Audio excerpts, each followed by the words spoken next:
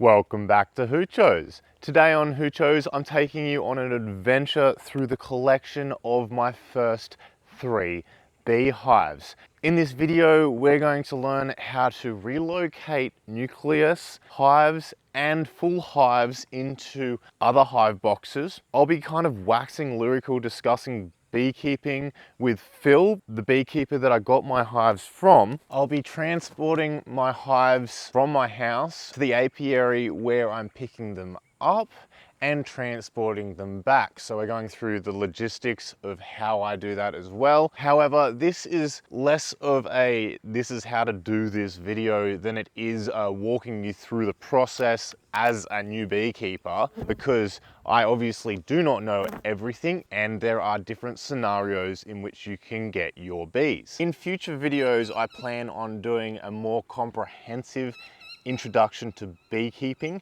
once I have gained some experience myself and have information to pass on. At this point, I just want to share my experiences with you and we can learn together.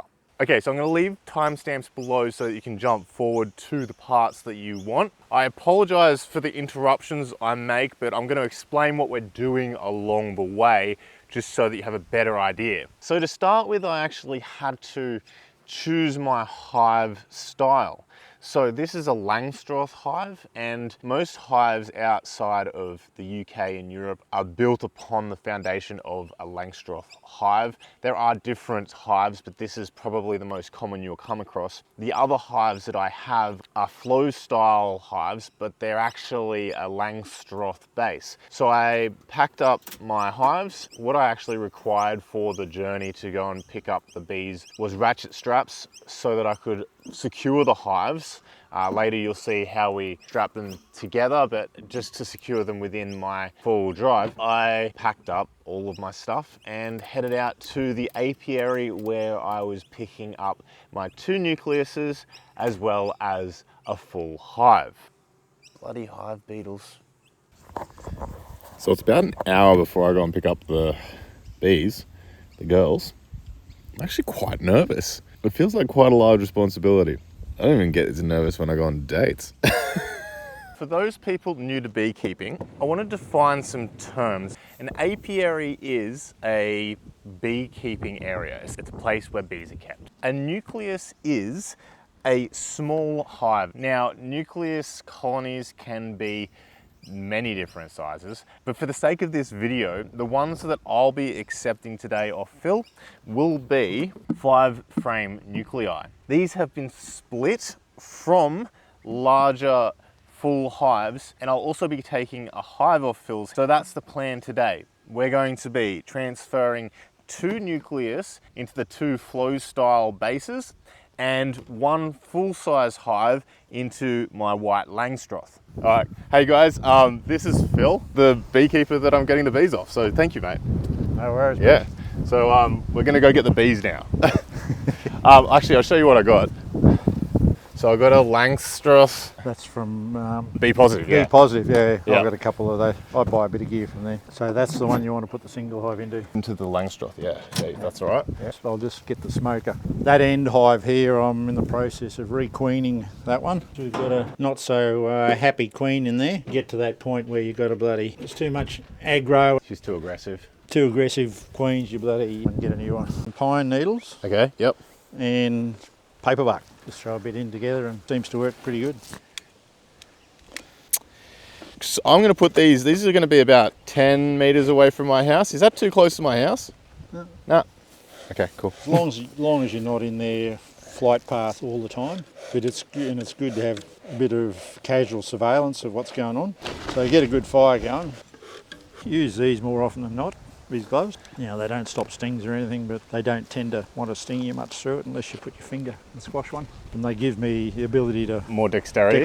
to do things with the frames, because it's those thick ones, they get all gummed up after a while. Right, so we'll grab this nuke here and that nuke there. We'll transfer them out of the brood box. Mm-hmm. Okay, so I quickly want to run through some of the main features of a Langstroth hive like this. At the base, you have a brood box on top of a base. Now the base can have many different features based on your requirements for the colony. Generally on top of the brood box, depending on your configuration, because you can have multiple brood boxes and multiple supers, you will have a queen excluder which keeps the queen laying brood in the brood box and excludes her from the top honey supers. We'll transfer them out of the brood box totally, and then shake out as much as we can, and then just leave the box here, and they'll find their way into the new box. This one here will have probably quite a few bees in it, so I'll sit that on top of yours, and underneath that I've got a separator board, and within a day they'll have cleared out of here. Yeah, and gone into yours. That's an escape? Yeah, escape. Yeah, right, okay, cool. Yep. Now, a honey super can be multiple sizes. This is a half size.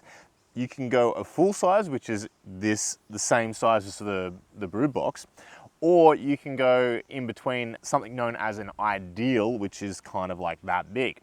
There are other sizes, but those are the most common in my area. Inside the boxes, this is what is known as foundation, and it is wired into the frame, and it gives the bees a foundation to pull their honeycomb out from. The bees will pull wax out from the wax strips of foundation, and they'll use that to fill up the cells with honey. So that's sort of the plan. Sounds good. So we might just start with one of these nukes to... I'll go and grab one of those, the flows, yeah? Yep. Now, because the nucleuses that I'm purchasing today only have 5 frames in them, when we transfer them into my full-size brood box, I actually need to bring along frames with foundation in them ready to go. So in each of my brood boxes for the 2 flow-style hives, I brought along my own foundation, and you can see on the top here the old 5 frames and the new 5 frames, which are on the outside of the brood box. Alright, so what we need to do is set this in the entrance in pretty much the same location as that. So when they come back, this must be where I came from, right? How do you want this laid out? Do you want me to take these out? Yeah. Yep. Well, this is the mock-up pretend. That's the pretend flow, yeah. So that's got a really big entrance to it. So to start with, I'd drop it, right down to only something like that. Yeah, okay. Even if you just stuff some cardboard or something in there, you print your bloody entrances. Okay, so just getting them down to a small size. Yeah. Yeah, okay. Yep. And that's for them to protect against pests? Yeah. Right, okay, yep. Yeah. These are other hives here, which one thing I like about them, they've got... Dynamation stuff? Yeah, and I've used that, and I've also used cooking oil, yeah. Yep. You can see there's a few small hive beetle there, not many. These here. Lumps, yeah, okay. They've got a vented base. You see them when they're in the hive, they chase the small hive beetle around. Yeah, right. And they drive it into the base. They drive them into the base, or predominantly they hang around the top of the box. It doesn't have a vented base or anything, or a tray or anything like that, but some people say they don't need it, they don't want it. I think I'm going to replace the base on this, to be honest. The only problem is the box itself is actually the gap, not the base, which is annoying. Yeah, absolutely. Yeah. So we can just go pull the frames out and put 5 frames in there, and then we'll leave them in the same orientation, put them in the centre. They build all the brood predominantly in the centre, right. And then as you go out, there's honey stools, pollen. Yep. And predominantly the last 2 frames are normally always just honey. And if you keep all the brood together, particularly while they're developing, they can keep the brood the right temperature. Put them in the middle, and then we'll just put those other 5 then on the outside. Do they need to be level hives? Yeah. Is that so they build straight up and down? Or slightly forward if there's ever get any moisture, which you shouldn't anyway, but it would drain to the front, but predominantly level. Because when you look at the comb, when they've drawn the comb, they actually draw it on a slope up the hill. Oh, right. So when they put the nectar and that in, it doesn't fall out. This one's got a roof though. Is it all right if we move that one over slightly? Yeah, we can. Yep. You can move hives sort of just bit by bit, but if I wanted to say put it under that tree over there, I couldn't just go and put it over there. Oh, okay, because they won't locate it again? They'll just come back here. Oh, really? Yeah, I did not know that. That's good to know. So okay. Like a mate of mine lives over the other side of Tin Can Bay Road. He dropped a couple of hives here a few weeks ago. Okay, yep. For a few weeks. Yep. Because he wanted to move his hives just like that from there to there, but move them here for a few weeks. They relocate to here and then go back to their Yep, right, okay. other spot. So that is pretty well chock-a-block. Just give them a little bit of smoke, but not too worried about it. So we'll just start on the end one here and just. We've got a bit in there. You can have feel the weight of it. Yeah, right. So look at the nectar in there. It's just. Do you mind? I've 15%. actually never held a comb full of No, go if you like. these. Yeah, right. But as soon as you pull them out, Yep. you can feel, or even lifting a box, you can go, oh, there's a lot in there. There's a lot in it, yeah. You soon get to feel it. So that's all capped. Beautiful. And that's uncapped there, but you can see the nectar in there. And do you think that the queen would be more towards the centre? Yep. She won't be on the honey frames. Oh, right, okay, yep. And this one just goes into here? So you can put that in there and just leave it the same. In the same orientation and the same order. Yep. Yeah? Yep. Okay, cool. I tend to just grab this in with my finger and put this one under here with the hive tool. Sure. And then I'll sort of just go like that. But that's a really good frame. That's nice. Is that brood then, is it? So that's all brood. Right, okay. And you can see the white larvae in between, where they haven't capped it. Yeah, so that's a nice frame, that one. And then on the other side is pretty much the same. You use foundation?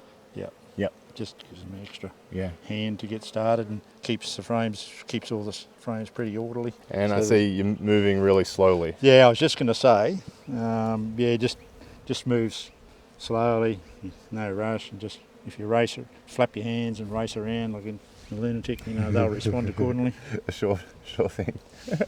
Do you mind if I? Thank you. Is it likely that the queen would be on this one? Could be. Drones have got big heads and big eyes. You can see them. Oh yeah, right. Okay, the queen's got a longer abdomen and a pointy abdomen. Right. For getting in and laying in the cells. Normally they're bloody hard to find. You take it for granted because you see people on YouTube, they're like, oh, there's the queen straight away. Yeah. Sometimes it does happen, and other times I've been through the frames 3 times. Yep. On the whole box 3 times, ages to find them. So this one went in this way, wasn't it? Yep. Now, I don't have much experience with nukes and what they look like, but this looks nice. It is, yeah. It is certainly time to move it onto a bigger box. Yep. It's full. And the next one's very similar as well. I had a look at them yesterday just to make sure everything was okay. Capped honey. Just honey. Yeah. And so there's no brood in that one at all. All right. So we've got a few stragglers left over here. We'll just. Do you feel there's no queen? Yeah, exactly. just looking at it. But normally she'll be on the frame, but just to be sure. Bang them in there. Bang it in there, and we'll just go in. Sorry, girls. You'll see them at the front there, just obviously confused and going, what's going on here, but they're sort of slowly flying around a bit, and then they're figuring out, this is where it is. This is where home is now. Oh, this is home. We've got an upgrade. All right, we might as well do the other nuke now, and then we'll do the single one later. And I just made these insulation covers. We were talking about heat before, and it's good for cool as well as heat, and it goes over. It's one of those boxes are inside. Oh, okay, so these aren't the actual nukes, these are insulating them. Yeah, and there's just a little base I put on. This one hasn't got one, but... How much is this stuff? Oh, I don't know, I got it for nothing from somewhere. They were just sheets and I cut them up. Yeah, okay. Could you put them under the roof to make sort of like on the back of a telescope roof to make the more insulated? Like if you just had squares of this? Yeah, maybe. Yeah, maybe. They're great, I like that. It's like an esky. It's this time of the year it's really not necessary, but these were a few earlier in the season and still had a few cool nights, and I have killed nukes before. One day I did some splits, and then this next day we had this storm and the temperature was just ridiculously cold and windy, and they didn't recover. Nothing worse than seeing a box full of dead bees. So this one's not quite as developed as the other one. It's not far away. You're right. Cool. All right, let me just chuck a glove on. Yeah, so this has got the tray in on the bottom, hasn't it, where you can put the Yeah, the small hive beetle catcher. I don't know. So you want to... Yeah, thank you. Looks, plenty of Ooh. nectar in there. Yeah, what's the other side look like? No, yeah, not a lot. But Cap, it's coming out though. it's They're coming, pulling it out. Yeah. That one was this end. When did you start beekeeping, mate? 4 years ago, 5 years ago. Yeah, right. Oh, we did as kids. Many years ago, but more seriously, yeah, about 4 or 5 years ago. Well, once we moved here. Oh, they've really stuck that to the wall. That's that Oh, propolis you're talking about, eh? Everything's stuck down, don't worry. Properly stuck down. Yeah. Well, it's nice to see the queen occasionally. You don't have to see her, and the evidence is there to The brood. the brood. Fresh when you see fresh larvae. Yep. You know there's at least A laying queen. a laying queen's been there within the last 4 days or something. You know. Right. So that's the flow hive done. Now we put the. Frames. I'll give you that one.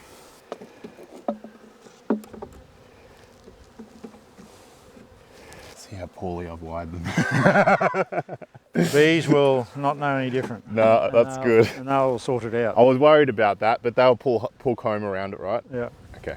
And you'd be amazed after you do an extraction of your honey, you give them back a frame that's been capped and looks like a bit of a mess, and within a few days, you go in the hive again a couple of days later, they've straightened all the cells out beautifully. Yeah, right. They are amazing. Yeah, cool. They are amazing. Fantastic. And then we put the lid back.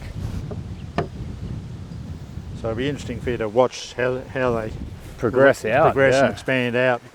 I was watching, I've been watching a lot of the National Honey Show lectures, and brilliant, absolutely brilliant series. And one of the blokes, Jamie, I can't remember his last name, he's hilarious, but he was saying how the queen develops, describing how the queen builds out like a basketball or a football, like in a spherical in the pattern. big 3D space. It's like a football's probably more like the shape of it. Yeah, because of the other rectangular nature of the box. Looked at those brood areas there, when you put them back in, you see normally the centre is, it's probably centre frames are the biggest and full of brood, and then it just diminishes out as you get that oval shape coming about. Yeah. Right, yeah, it's super interesting. I've been obsessed actually. Well, there's zillions of stuff on YouTube, as I'm sure you found out. Absolutely, I'm hoping to add to. But like I said, it's important too to keep Australia context in mind. So many practices overseas are totally different to here. And also, up until very recently, no Varroa. There's a bloke I've just recently got a couple of queens from in Rockhampton who's breeding queens, and he does artificial insemination of the queens. Oh, which itself is very interesting. That is very interesting. There's plenty of YouTube stuff on that too to show you how they do it. Because as far as I was aware, they go to drone congregation areas and get... They all pick drones out with the correct genes, whatever they determine they're doing, basically squeeze them to get Publisk out yeah, right. And then they inject that from about 12, 15 drones into the queen. Settle her down with a bit of carbon dioxide gas. Right. And they stuff her up this tube, and you'll find plenty of that on YouTube. Yeah. Well, I've heard that one of the leading causes for a colony not performing is a bad queen. That's it. So if there's any time where you find there's not much brood going on, or there's real spotty brood pattern, and you get to tell it's just not happening. And when you got, particularly, it's really good that you got a few hives, because you can compare one against the other, and quite often I might swap frames from one to the other to do various, whatever I might be doing, or from requeening, or one hive's a bit weak. This is you can do as well, just to stop them building up into the lid. Right. Okay. Because if you don't have that there, they'll build up into the lid. Burr comb? Yep. Right. We'll put this on top of that box. Sure. And then I'll get that spacer board while I think of it. A skateboard. Do I need a queen excluder? Yeah. Yeah, he's quite good, that guy in Be Positive, Steve. Yeah. He was very helpful. He's not afraid to talk to you and spend time with you. Yeah. Which is good. I apologised when I told him what kind of hives I had. He's like, oh no. He's like, we need to get you another one. That's why I got it. I wanted just a standard one just to compare the experience. Yeah. I think that I'm going to enjoy this more than the other. There's a fair bit of weight in there. It's amazing. So Oh, wow. it hasn't been on there that long. And that's a half. Yeah. Right. Halves are good, I find, because when you get a full box full of honey, it's about 35 kilos or something. And Yeah, I the older bet. I'm getting, it's bloody hard work. So I really enjoy the half size, and it's far easier to uncap as well. Yep. When you're doing the uncapping, it's just a narrower frame. I don't know. So what we should do, I suppose, is Move the other. this box out of the road. Right. Yep. So we want the full box on the bottom. Yep. With the queen excluder on top after we've done all this, right? That's it. Yep. Okay. It's the cleanest you'll ever see that. I bet. Take these frames out and put them in over there, I guess. So, So when you take frames out, always work from the ends? what I typically will do is start with the second one. Okay. I'll pull that out. I find this really good. Pull that second frame out. Plus it's also probably, the queen's probably less likely to be out here, so get some brood right out there to the second last frame. Look at that, it's fresh. Wow. When it's white like that, it's just really fresh. Brood there too on that. And then I'll just shove this along. If I'm just doing a normal inspection, then I'll put that there. And then you can hang your frames on that. Out on the outside. Yeah. That's a great idea. So if I'm trying to find the queen Sure. on one of these hives up there, this is just a shitty looking stand. Yep. But I stick it over near the hive, and I'll put the box like that on top of it. Yep.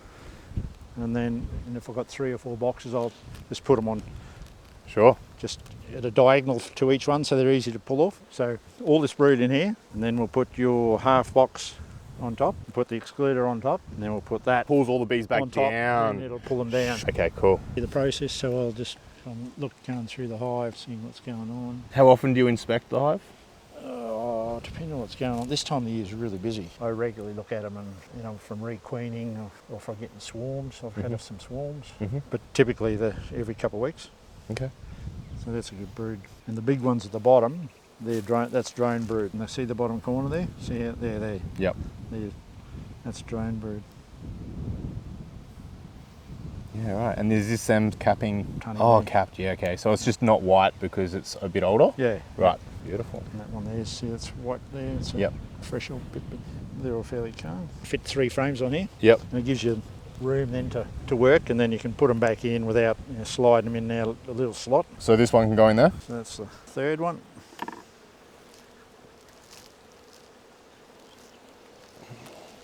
Yeah, that's a beautiful frame. Oh, look at that. Look at the honey in there. Yeah, that's It's fresh, it's incredible. What's this red stuff? fresh. It's just a bit of pollen. Oh, it's pollen. Yeah, right. But feel the weight of that. And look at oh shit, look at the Oh my God. Doesn't that look good? Look at that. But wait for it. Have a look at this side. Holy moly. It's like all fresh capped, like across the board. How good's that? So when it's fully capped, typically a frame that size will give you about 2.5 kilos of honey. Holy moly. That's incredible, hey? And a half size frame I find gives roughly probably about 1 kilo. That's the end one. Oh, the end one? Yep. Sorry. It's not end of the world, but They prefer it? that's the way they've set themselves up. So Yep. Very good. Kind of oblivious, aren't they? yeah, they are. Like when they're aggro, you can hear it. It's just it's just and they're in your face. Whereas when they're like this, they're great. You can Yeah. take your time and just enjoy it and Relax. relax a bit. Yeah. But the more you do it, the more confidence you'll get too, and more relaxed you get. I was very worried about my first time, because this is my first time. Yeah. I was like, oh, am I just going to be terrible at it? Take your time, and you make mistakes, but they're pretty forgiving creatures, I must say. Is that the queen? That's a drone. Drone, Yeah. yep. Yeah. Is that the queen? The honey on. Yeah, look. Mm. What made you choose Italians? Is it a majority of bees of them around are. here? Yeah, Most okay. of them are, Right. yeah. Oh, I started with a couple of hives I bought from a bloke, and that's what they were, and Yep. I've just continued with it, and they've been fine. Although now I've got a few of these artificial inseminated ones, Oh, right. and I said to him, what do you call them? He said they're a hybrid. He reckons they've got he's breeding for hygienic qualities to combat the varroa mite. Right. So the more hygienic the bees are, Yep. the better the ability they got to fight off the mite. Because they clean it off themselves? They uncap the brood and get rid of the damaged brood. You use the hive tool Yeah, to push it all together? Yep. Because it's all very new. Yep. There's not too much crap in there. You could probably just pull it across Pull with it your across. finger. Right, okay. For a while, you'll just have to use the hive tool and just sort of shuffle them over. shuffle them over, yeah. Do they care if you put them in different orientations? No, not really. No. They don't seem like they're caring much. You see a small hive beetle there running around? Well, there's a couple of them in the bottom. Oh, yep. And the bees are chasing them. Can they kill them or they just chase them out? No, they can't bloody sting them. Their shells are too hard, but they chase them. And What do the small hive beetles do to the hive? oh, they lay their larvae in the cells, and Right. they can make a real mess of a hive. They can? Call it a slime out with just all this ooze. I've never had it. Yep. I keep an eye on them, but So you can see them down here chasing that trying to get that little beetle out. A screen bottom can help them do that, which is what this one's got. So this one's actually got the screen bottom and that. so that one there is made to put. You can just sprinkle diatomaceous earth on that tray. I've got one of those identical boxes up there. That one there. The second one along, yeah. Yep. So on top of this one, queen excluder. Queen excluder. Yep. So this is the queen excluder, and it excludes the queen from coming up into the super boxes above because her abdomen's bigger than the drones and workers. This is a full box of half comb. It's a super box, and it's going to go on top of the queen excluder. And then on top of that, Yeah, we'll grab that spacer. perfect. Yeah, let's have a look. Because there's actually 10 in that, so we've got to take one out, haven't we? We do, yeah. Oh, how good is that, hey? So that just makes life a lot easier. Oh, absolutely. Just do it a few times until it's you got it Evenly spaced. evenly spaced. But again, once there's propolis in here, it'll be Hard to a bit do. harder to push them around. Yeah. If you start the frames in the right spot to start with. And you're saying that having 9 frames with this comb and letting them pull out, it allows them to pull the comb out more? That's it. And then Yep. a lot easier to slice the cappings off when you're doing the extracting. And you Pretty can see they're already finding their way back into the location that their old hive was. So they're trying to get back in. What is this entrance? It's got the little sort of like arches. Is that for a reason? That's again to just help them keep the small hive beetle out. Okay, right, yep. This is an escape. This is an escape board. Yep. So we'll put the board on top of the box like that. The bees, we'll put another box on top of this. The Yep. bees will go into there and they'll come out there. So it's like a crab pot. Yeah, right. You know, They can go one way. You funnel them into it and they won't Find their way back out. into that Sure. hole there. So we put that on here, and then by this time tomorrow, all the bees will have vacated the box above and gone into here. So that's the box that we're going to put on top. Yep. And then that'll allow Phil to get his honey out. And so we'll just put this straight on top. But you feel when I put you feel the weight of this. Mm. I mean, it's got quite a bit in it. You can feel it when you get used to lifting the boxes. You get to an idea of how much is in them without even looking at them. Wow. That's yeah, there's hefty. Centre there. Senator, yep. I'll dig out a frame and have a look. I only put this box on, maybe 10 days ago. Okay. And so they've obviously been bloody busy. There's lots of nectar in here and they've just started capping. Yep. Remember I talked about the slope of the cells? You can see the slope of the cells. I actually pulled apart one of the flow hives just to look inside because I can't help myself. And I noticed that they've done the same with the flow hive ones. They're all You slopes. can just hear a bit of a up the ante. I did hear that. Yeah. You can. It's almost threatening, isn't it?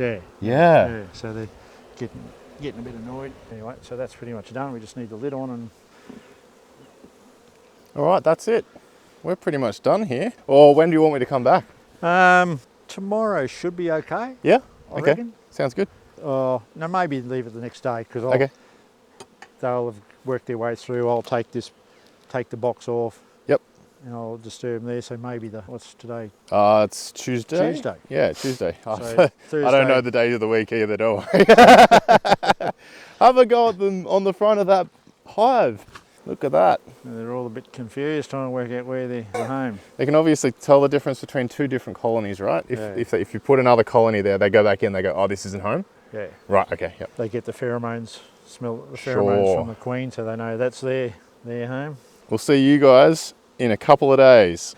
Thank you for that, mate. I appreciate it. That's all right. That's Yeah. I enjoy talking to people about it. I can talk all day about it, and it's more bees in the world, the better. So the reason that I'm leaving and coming back 2 days later is so that the bees can get used to their new home, and the night after, once all the bees have come back and settled, because bees don't forage at night, so once the sun goes down, they return to the hive. This gives the beekeepers an opportunity to seal up the hive and move it. So with all the bees installed in my equipment, once we seal up the hive, I can just take them home and let them go. So if you want to just poke, just go across the length, poke it in. We do those two first. So for the journey home, I just ratchet strapped around the hives and plugged the hives with cloth. This one actually didn't require anything because it has doors that close, which is quite useful. Where'd you go? Pretty good. I think we'll just, we'll do this. That's working better than I thought it would. I think it's stuffed in hard enough. Maybe just do a quick layer of tape across. I don't think I'll need it though. You're right. I was just a bit paranoid. In an enclosed environment with thousands of stinging insects. Oh, sometimes you wonder, hey, look, like what brought me to hit this point? I will get a little bit of tape on this one because the stainless steel is a bit slippery. Yeah. Yeah, they're coming out of this. I might get rid of that torch. Alrighty, guys, go on in. Like, just make your way into the hive for me, please. Yep, good work. No, not that way. That's the wrong way.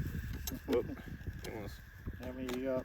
Yeah, I reckon just grab these two end ones and then leave that one till last. Alrighty. I'm right here. Yep, you're right. Beautiful. I can't see. Yeah, one pull it to the top of those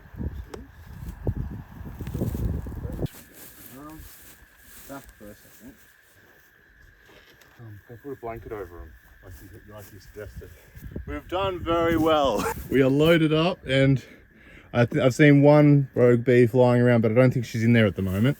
So Well, once you drive out of here, it's your problem. that's when I'll really find out. Hey, I'm going to cover this up, and I'm wearing the bee suit home too. Oh, come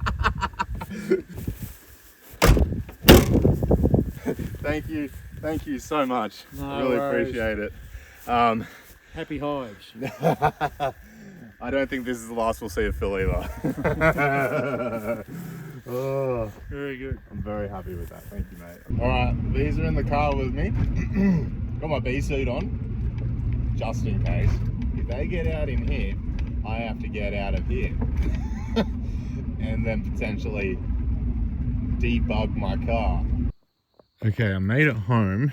So now, just got to get the girls out of here. One box is going onto this stand over here. The flows are going over onto these two blocks. So they are absolutely vibrating. Listen to this. They are not happy at all.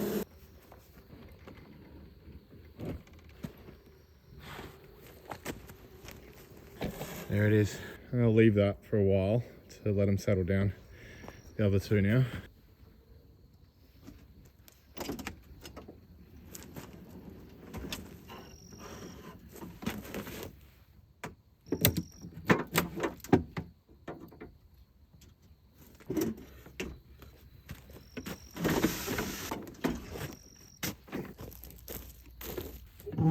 So they're starting to calm down. I shouldn't have this light on there, but they are starting to calm down. Still poking their heads about.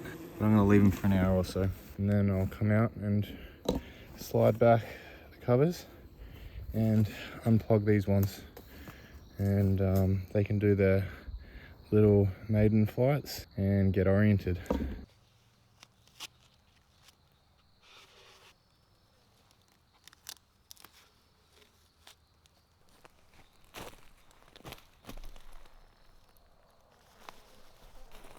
Here they come, look at that all at once. Now we're gonna do this again in the daylight because I want to show you the maiden flights. I'm gonna let them be because I don't have a suit on, but they're coming out. So this next part is definitely my fault. I should have been wearing a suit in the morning during the daylight when they were going to be excited to get out, obviously. All right, yeah, here we go, girls. Watch your heads. Watch your heads.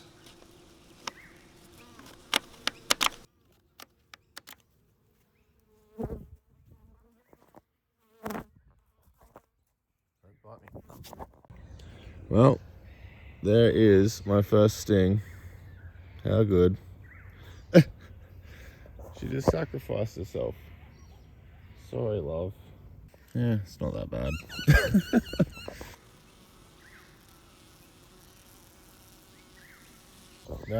They're starting to do those maiden flights though.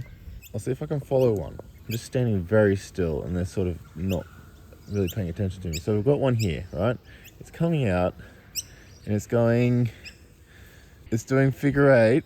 Oh, it's doing a figure eight. It's coming back, and then it's coming back to the hive, and it's doing, and they're all doing that. They're kind of, I'm trying to get it with this camera down here. All right, here's one, just took off. Figure eights. I've lost it. Oh, this is actually so freaking cool. This is exactly what I was told would happen. I mean, what do I expect, right? See, they're all doing little figure eights. This is them orientating themselves until they get out to like 5 and 8 kilometers. Some people have said 10 kilometers in the extreme scenarios. And you know what's actually super impressive about that is that it's about like 200 square kilometers that they cover, one colony. That's just incredible. So it's been about a week and a half since I picked up my hives, and they're flourishing. All three are extremely strong and they're all out collecting resources and building their honey reserves. Now these will probably not get a flow super for the first year, to be honest. Depends how fast they can build resources. I do not want to put stress on these colonies. I want them to flourish. I want them to be as healthy as possible. We'll talk about the whole flow thing in another video.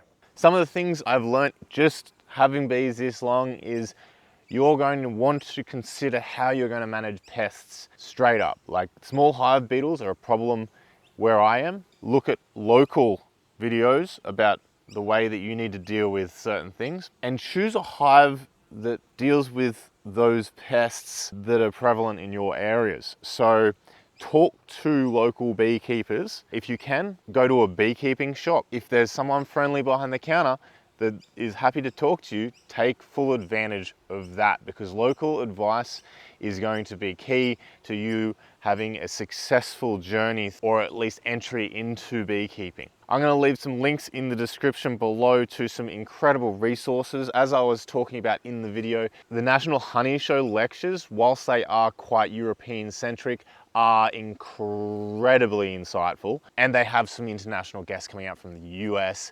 I haven't seen any Australians, but I'm sure they're in there. This has been so much fun so far, and there is so much to learn and so much to explore, and I'm really excited to continue down this path with you. Remember to always be keeping, and I'll see you next time on Hoochos.